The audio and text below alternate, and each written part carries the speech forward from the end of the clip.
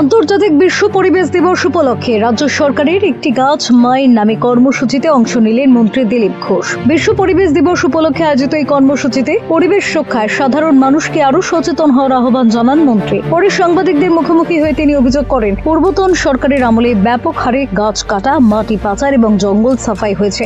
এখন জল জঙ্গল জানোয়ার কেউ সুরক্ষিত নয় পশ্চিমবাংলায় একদিন, তার পরিবর্তন হবে। আমি সকালে আজকে ধাপা এবং ওই ঝিলে মাছের ভেড়িতে কুড়িপাড়ায় গিয়ে ওখানে পরিবেশ দিবস পালন করেছি। আমাদের সরকার বলেছে ভেড়ি রক্ষা করবে, জলজমিন রক্ষা করবে, ওয়েটল্যান্ড।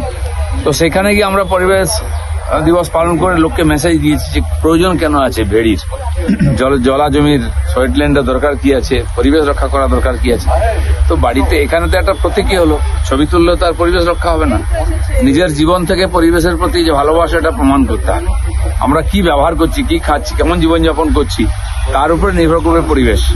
পরিবেশ না থাকলে আমরা কোথায় থাকবো। পাশাপাশি এদিন তিনি বানতলা, কসবা ও চৌবাগান এলাকায় এখনো মাটি পাচার চক্রের প্রসঙ্গে সরব হন। তিনি বলেন, যারা এই চক্রকে আটকানোর কথা তাদের একাংশ এর সঙ্গে জড়িত থাকতে পারে বলেও দাবি করেন তিনি। আটকাবে তারাও তো এর মধ্যে ইনভলভ আছে। সবার অভ্যাসটা পাল্টাতে সময় লাগবে। এখনো 9 তারিখ সরকার শপথ নিয়েছে, এখনো 9 তারিখ হয়নি এখনো। তার মধ্যে যেগুলো বড় বড় জিনিস আছে সেগুলো পরিবর্তন। সবাই বলে আমার পাড়ার রাস্তাটা ঠিক করে নিন, হাইওয়েটাকে ঠিক করে। তো সার্বিকভাবে পরিবেশ তৈরি হচ্ছে, সরকার কাজ করছে, বাকিটা সমাজকেও কিছু করতে হবে।